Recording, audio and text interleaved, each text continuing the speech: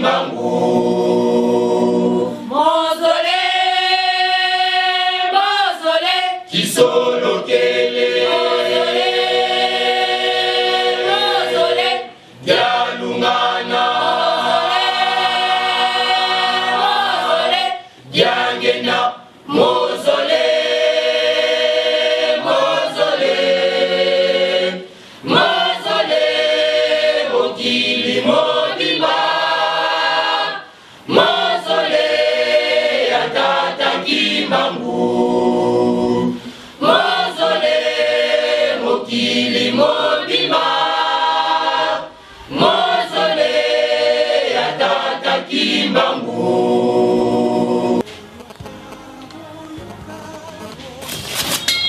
Ya solo batata ba mama bandeko toyeli susu ko célébrer mausolée esika bakundela papa Kisolokele na papa Dialungana na papa Diangenda. Le 19 novembre bamemaki nga na nkamba na mausolée tokendaki kosala mabondeli ya kafu-kafu pona Afrika pe mokili mobimba. Tobengisi bino banso toya ko célébrer ba papa wana bakunda na nkamba. Bango mo bamemaki nga le 19 novembre kosala mabondeli kuna. Yango KTV to banzile yango samedi à le 30 nangonga 9h30 biso nyonso toya to célébrer fête ya mausolée bato nyonso baya bampelo bakimbangise ba mission ba cours de réveil biso nyonso toya ko célébrer biso nyonso mokolo yango eza samedi à le 30 nangonga 9h30 na commune Bumbu na veni Mayulu numéro 84 yango wana tozalaki nango. Mozole, mozole, Solokele. Mozole, mozole, dialungana. Mozole, diangenda. Mozole,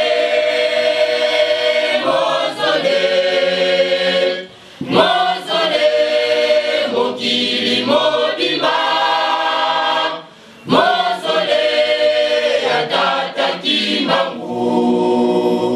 Voilà, bandeko balandi ya émission munene oyo na bike bapele koti batu bateli misinga na banzela batu balobi de Chris la merveille liboso nabino. C'est vrai que ba réclamation na nzela de Chris zongela so papa nzuzi de Chris zongela so tala mituna lelo toyeli susu na bokalité ya tata nzambe poke tomeka toujours ko satisfaire bino. Merci na ba partenaire nyoso ba mbibiso, merci pe na ba nyoso o ba so l'effort ba lo bakena papa nzuzi tranche otika na ngwata libela, merci na Congo central, merci na Kinshasa, merci na Brazzaville, merci na Angola, merci partout bozola na biso émission na bino yango yo et tous ensemble na bino et lelo ezali susu likambo ya komituna parce que ba question et moi mingi de crispo na nini kaka oyo pona nini kaka oyo tozana le représentant légal, il y a église KTVL, église Oyo, déjà, bon message déjà Koyoka, ou déjà, bon message déjà Koyeba,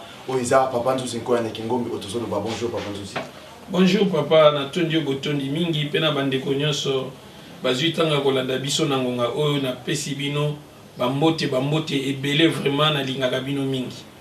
Voilà, Papa déjà le bika Lingaka Bino Mingi, Engai Pe na Ebike na Lingaka Bino Mingi. Alors, Papa Nzuzi, émission liboso tolandi epesi batu moi matoyi mpe moi boulou yeke batu ba mituni mais eza lisusu nini nde batini nga lisusu balobi non de Christ kende lisusu comme ça toyeba papa alingaka loba nini parce que papa Nzuzi abelisi batu mitu jusque là tozo comprendre te alobi mausolée mais mausolée yango toyebike mausolée za bakimbangiste biso nyeso toza bakimbangiste te toza obligé ta koza bakimbangiste mais awa tomoni bakimbangiste ba chrétien ono bouddhiste onga moto ya etuluku onga butuboy bango nyonso to basangana bakende kosambela na mausolée au moment mausolée za bakimbangisi papa oyo eza likambo somo mangi mingi tata ba mama ba nyonso bazwita na kolanda biso soki tozo balikama mausolée d'abord tanto bakimbangisi basala ka ba feti ezaka te bakimbangisi bakendaka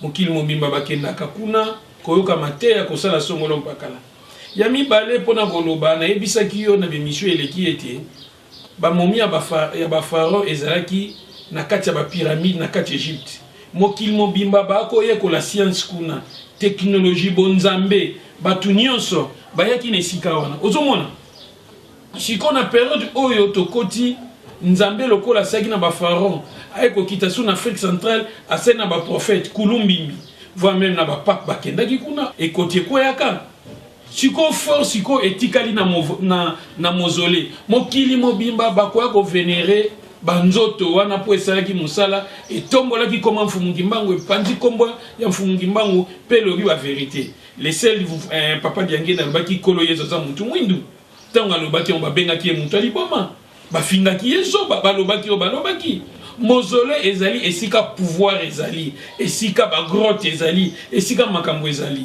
yango na ete mokili mobimba tokokende ko vénérer kuna biso toza bakimbangiste te mais toza na religion kimbangiste makambo na moni yango nazoloba papa na mais ba chrétien biso oyo toza ba chrétien biso toza ba musulman mais na problème ezaki non biso na christianisme mausolée cimetière bible balobi laisser les morts enterrer leurs morts papa nzuza alobi no tokende na mausolée monte ki tosala idolâtrie par rapport à quoi kolo yesu akena obela elina moïse bazalaki bana batu bakufa eza na bible batnyusu bino boyemvokaka basango bakotaka na cimetière ozoma ba musulman en plus eza la Mahomet eza la Jésus eza la Bouddha baza ba noir ozo comprendre lobby batu wana bako se retrouver kaka na mausolée na mokili mobimba bazate faut pas ça batu vérité religion o eko diriger monde eza religion o batata na batiki o mfumuki mbango tika yango muze ko diriger mokili parce que qui est aujourd'hui Jésus aujourd'hui ba Mahomet bango tout bazaka kana simana bazo pesa kaka pouvoir bazo tindika makambo na eleka ba Mahomet ba Krishna ba Bouddha o bazakuna bazalate baza batu mwindu mundela tika ozalate chinois tika ozalate araba tika ozalate on a zo beza ba vérité tokokende ko bondela kuna pona ko senga pouvoir Afrique lobi efungwama tolandi papa nzusi bino batu bozo na TV bino batu bozo comprendre makambo yo soki bozana posa bobenga numéro oyo na sona déjà beaucoup benga pour que botu nempe ba président parce que nga makambo yo na lo bakango bien soko bela en tout cas kota na chambre des fazena parce que makambo za minene kundambo eno menena batu bateli misinga na nzela balobi papa nzusi abebisi musala oui na tuni na ndenge ni balobi akotisi Jésus et akotisi na Bible na kati au moment mfumuki mbangu asalelaki Jésus na Bible te mangi mingi soki batuan balo babongo seke bayebi histoire te bayebi ba réalité te mfumuki mbangu abandi miracle en 1921 kufi na 51 batemo kiler ti lelo bazali bangunzo bazali na mfumuki mbangu bazali batu ya nzambe bazali na mfumuki mbangu bazali d'abord mfumuki mbangu akutanaki na kolo Yesu papa Diangue na yona bandako loba tata na kolo Yesu bayambani Pape Jean-Paul d'Alobite alobi ete kolo Yesu bazaki mutu mwindu fumuki mbangu na discours na ya mbanza sanda alobi nini bana nanga boye bo continuer kotanga Bible eloko muyibi ayibi sengili bobotola yango kimbangu asalaki na kombo ya kolo Yesu alamusaki batu ba miracle asaki na kolo na kombo ya kolo Yesu yoko boya yango yozana yemo ko pe mutu atindi kolo Yesu wana basaki remise et reprise na mfumuki mbangu bana na eba komi église de Jésus-Christ sur la terre par son envoyé Simon Kimbangu et ça ba réalité biso to fena bangunza ndenge na ndenge o basaki puissant pe bazaki makasi bongo bino batu ya bozana elo côté au contredire batu wana na nini c'est-à-dire Kimbangu asaki na kolo na kombo ya kolo Yesu comme on dit tout azalaki mutu mwindu azalaki kobo lokola ngana yo atikala kozala mundelete Pape Jean-Paul d'Alobi yango papote alobi boyo ko boya et ça ba réalité mutakoko boya ngo zate vérité kotika la vérité ce qui te kemo musika papa nzu to comprendre que zambe église de noirs rebellés baba na kotumba Bible soko yeka kana Bible ba pasoli yango soko yeka na Bible batumbi yango et kombo ya Jésus pa na bango ti lelo existaka te bazwa ki pe papa nzu sitango papa nzu ya yeba lobi a obe mutu na biso parce que ayena ki boko konyo surtout mais tant ka ko ti Bible na makamba Jésus et puis OK plus le big non Yesu aza mutu mwindu Bible eza biloko na biso na émission mosusu beza même Bible na ba Coran o lobi ke no eza biloko na biso batu balobi papa nzusi un espoir nyosto bana ko pesa e sili est-ce que ko sala te ke no ko oflater bango ondima na makambo bango bazolinga to soit yo tika na ngamu na parce que on dirait aux isolés te ngana koza isolé te bana nzela mususu te ba olandaka makambo na zo oya mfumu alongo ya papa di ngenda ozo comprendre yango biso munzela mususu eza te papa oya koboya ko kanga église oyo ngana zo loba oyo ngana mona ke panzambe ozo mona oyo na mona ke panzambe ya ngana zo loba na koko témoigner lukuta te ya mibale fumu kimbango asalaki na kombo akolo Yesu discours ya mbanza sanza 1921 fumu kimbango alobango bana nga bokonye kotanga Bible ozomona bongo grand maître alobi bongo yo butoza le logo te olobani parce que ye wana ne mutu biso nyoto za kolanda ozomona ya mibale batu église no ba lobana bungi par rapport à quoi bango babunga te nana yebisi bango nga na bungi nzambe mutu yebisi bango eza ba makanisi na bango wana d'abord Bible uti na ba papyrus yango esali Bible esali Coran esali ba livre sacré nyonso Coran eza biloko na biso Bible eza biloko na biso ba noir ne mutu basala ba koma biloko wana ezali inspiré na biso ba noir ozomona biloko wana bazolo baneza ma biloko wana tout eza ya biso Jésus eza mutu mwindo eza africain pape Jean-Paul Daloba kiango papa diangenda lobi yango papa nzuza confirmango bakolanda biso mususu eza te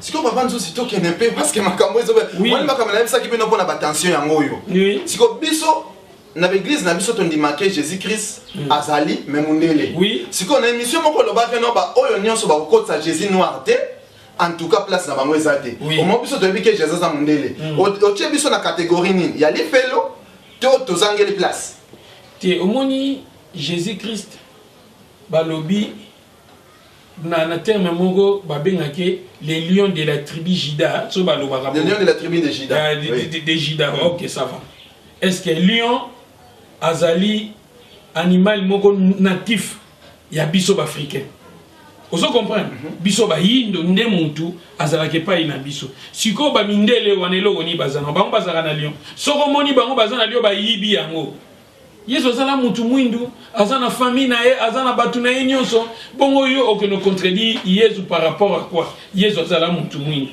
ngai na mona kaye pe nazalaka na ye Kunda bueno menena mono c'est compliqué. Voilà, peut-être téléspectateurs tous ensemble là parce que TV et tout sur la tombée dans les solo en tout cas et ça m'a camboté ceux qui toquent de gauche tout de la droite. Papa Nzuza lobby nzele za moko. Naibi na ngate. Kunda bueno men. Papa Nzuza lobby a confirmé, a certifié en lobby que non Jésus est noir. Mahomet est noir, Bouddha est noir. Papa Nzuza, est-ce que famille ya Batouana si les autres espérer que en tout cas famille à Yesu vanda na monga fula famille à Mahomet est en Congo central famille à Bouddha est en Équateur est-ce que ben preuve ezali bon ben preuve ezali parce que Jésus azali roi du monde entier yene mzazo diriger mukili ti lelo famille à Jésus soko tuni soit disant batu ya nzambe ba fe bela ba bi famille à Jésus te ngana yebi famille à Jésus c'est-à-dire non nekaka non yebiso mikolo yo ezoya kombo ya batu ba faire la kombo Jésus na kombo kimbangu na oyebiso ba bando ko futa ba droit et pas na ngai te ko sela te pe ba ko sala rien batu wana ngane mukolo muntu papa Nzuzi nazo yebiso ti po lelo bolubaka famille Jésus famille Yesu eza wapi famille ya kimbangu eza wapi c'est-à-dire eza makamba ko lobate to le kana tableau poto la kisa famille akolo Yesu c'est-à-dire bandeko to zo ba bic na papier na kaponga so tuninga na za réponse au pesoté na bino nanga to la na course ko papa Nzuzi alinga zo tableau na créé comme ça peut ça biso cours c'est-à-dire papa na lelo to loba ba makambo na monaki na kati ya muzole makambo na tangi makambo balakisi ngai ba mfumu alongo bazalaki to sel na bango makambo na kamwa mukilinga biba kosa batu yango moni pape Jean-Paul II alobaki na eke le Christ est africain tala mondenga déclaré wana le Christ est africain il dit est noir encourager les Africains à chercher leur authenticité abina no kolonye zozane mutu mwindu papote bamba na Bible te to le kananu po kando ba kosela batu yezo zana mundele eza pasi na ba bazo boya ekolo yezo azala mutu mwindu baza bavoyante basambela makasi. En tout cas, peut-être le secrétaire Makamboyo, même nga pongo pene na zako na obanga pour na comprendre nga pena zo ka bik na kailo ka bino tozwa explication na tableau et puis mutuna mutu anote na place na ye. Non, créer. Ya solo batata ba mama bandeko to na bino na kati ya tableau po botala famille ya Kolo Yezu. Ezalaka wapi? Kolo Yezu na bomo inaye. Yezu Jésus asalaki 33 ans malgré na ba fiance musu balobe akufa na âge ya likolo mais mission na ye ya mission ya kosala musala tata Nzambe asalaki 33 ans bomoni yango Kolo Yezu ba kosala passation de pouvoir na mfumu Kimbangu awa Kimbangu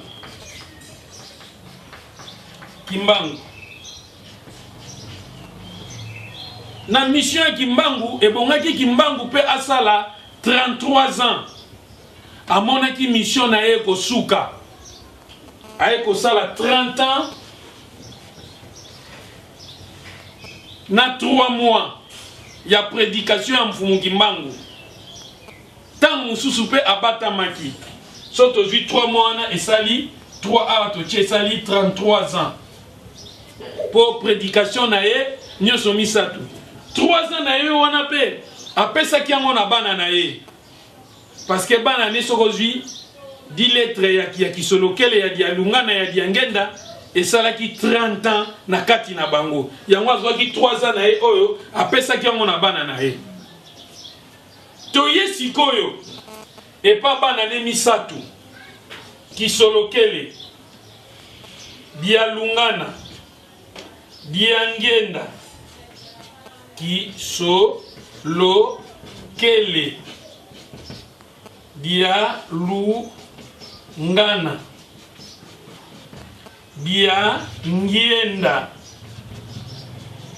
diangenda oyo nyonso esali 10 lettres esali 10 sokotani yango ekosala 30 siko 3 chiffres yango Kimbangu alongolaki apesaki na bana po basala continuité ya musala na ye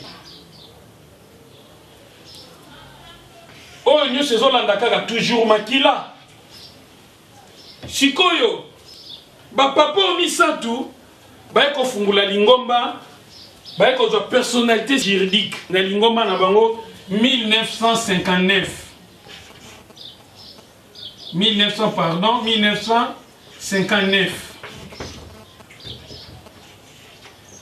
na 1959 bafungoli lingomba bango misatu pe fo bakokisa chiffre boni misatu sokozwi papa Diangenda na papa Kisolokele baye kokufa na 1992 bango mibale sokotali 1992 na ndenge lingomba ebandaki na 1959 osali moins ekopesa yo 33 ans chiffre ya Kolo Yezu fo Diangenda na Kisolokele bakufa kaka na chiffre ya Kolo Yezu po mokili ebika batu siko bakotuna ngai bongo dialungana tikalaki pona nini dialungana siko ifo kokisa misatu kati na moko tata mwana pe Elimo Santu papa dialungana ye kokufa na 2001 1 plus et 2 plus 1 esali 3 akokisi batatu balongo batata wana misatu c'est-à-dire famille oyo nyonso obandina na Jésus na Kimbangu na batatoyo bango wana famille propre et biologique ya Jésus Abraham Mahomet na Jésus bazaki ba cousin que famille na bango yango yoti Bouddha na Jésus bazalaki batu moko na Mahomet bazalaki batu moko c'est-à-dire yango moni nazo déclarer voilà bandeko tozolanda papa nsusi tolandi yo nga pe na landi yo oui mais relation na yo na papa Diangenda na ba chiffre oyo yo zata oh nga na zalate nga nazo sala ba makamwa minene boy soki makambu o moni Kolo Yezu 33 ans. Fumukimbangu, Fubongaki asala 33 ans, a vu 3 nae, oyo 3, a kabele on a bana nae. Yango monaki qui solokele dialunga na diangenda, eza 10, 10, 10, et sali 30. Bango pe foba sala kaka chiffre 3, oyo bongaki ezale pas papa, et pas Fumukimbangu, apese on a bana nae. Ozomona, batu oyo bae ko sa lingomba, bae ko za personnalité juridique na 1959. Papa diangenda na papa qui solokele, bakufi na 90. Ce que j'ai 1992, moins 1959, et ça dit 33 ans. Et ça chiffre à Kolo Yezu. Et bandaki awa, et l'andika la famille. Bango siko bako kisiango. Dialunga na aiko kufa na 2001. Akufi na 2001, 2 plus 1, et ça dit 3. Et ça siko chiffre 3. Et là ti dialunga. Yé fois ça ni akokisa. Dialunga et là ti e kokisa mi. Yango Fumukimbangu apesa ka bango kombo wana. Yami bale oyo tuningai. Papa Nzuzi. Yona papa diangenda boza na relation nini. Na makambo yo tuningai. Na bandi komona bango le 7 février 2010. Papa diangenda akufi na 1992. So aujourd'hui un o chez awa. Aujourd'hui bazwaka 1. Et comme ils disent, ah il fallait 8. Vous savez ah il tigali 10. Il fallait 1. Et ça lui dit 18. Chiffre 18 oyo ezali chiffre mfumwalongo abotama. Il faut na témoigner sur le combo ya mfumwalongo. Yango na bandi ko témoigner combo ba tata na chiffre 18, yango pesa li 100 ans mfumwalongo. Na moment oyo. C'est-à-dire famille ya Kolo Yezu yango yo. Donc famille ya Kolo Yezu c'est que papa Nzuzu pe oza na kata ligne famille ya Kolo Yezu. Tenga na zo diembela kaka na kombo na bango. Peut-être que le secrétaire tout ça côté beaucoup marqué tout bana qui a kovanda. Si ko débat tellement degré leki ndeto telemi boye to comprendre. Papa Nzuzu a zo diembela kaka. Tenga na zo diembela kaka ndenge bazo bimela ngai. Ozomona? Muto avandi na roi. Ata biloko ezotika na nse kosani. Akolia kaka yango na zakolia. Voilà, mais tu connais un peu moi musique parce que question on a noté qu'il 26 bana, il y a batato misato. Est-ce que bazali ko se retrouver pe na chiffre na katia? Oui. Bango nyonso oyo tangu nazwi mission oyo bandaki na ba Kolo Yezu na ba Mahome ba Buddha. Kolo Yezu atiki na mfumukimbangu atiki yango na ba batato misato ba ko pesa nga relève. Bano 26 bazako kabwana bamisu basali el centre bamisu basali el mokoto boyoka niza ezate mais batato tang babimeli ngai balobi il faut bana na bango basala nini basangana yango première fête na kosala ngo le 26 juillet dati nombre bano basala nini basangana yango na bomaki el mokoto na el centre. Yango na kosalango le 26 juillet nombre ya bana oyo. Ozomona nazo diembela ka pana bango.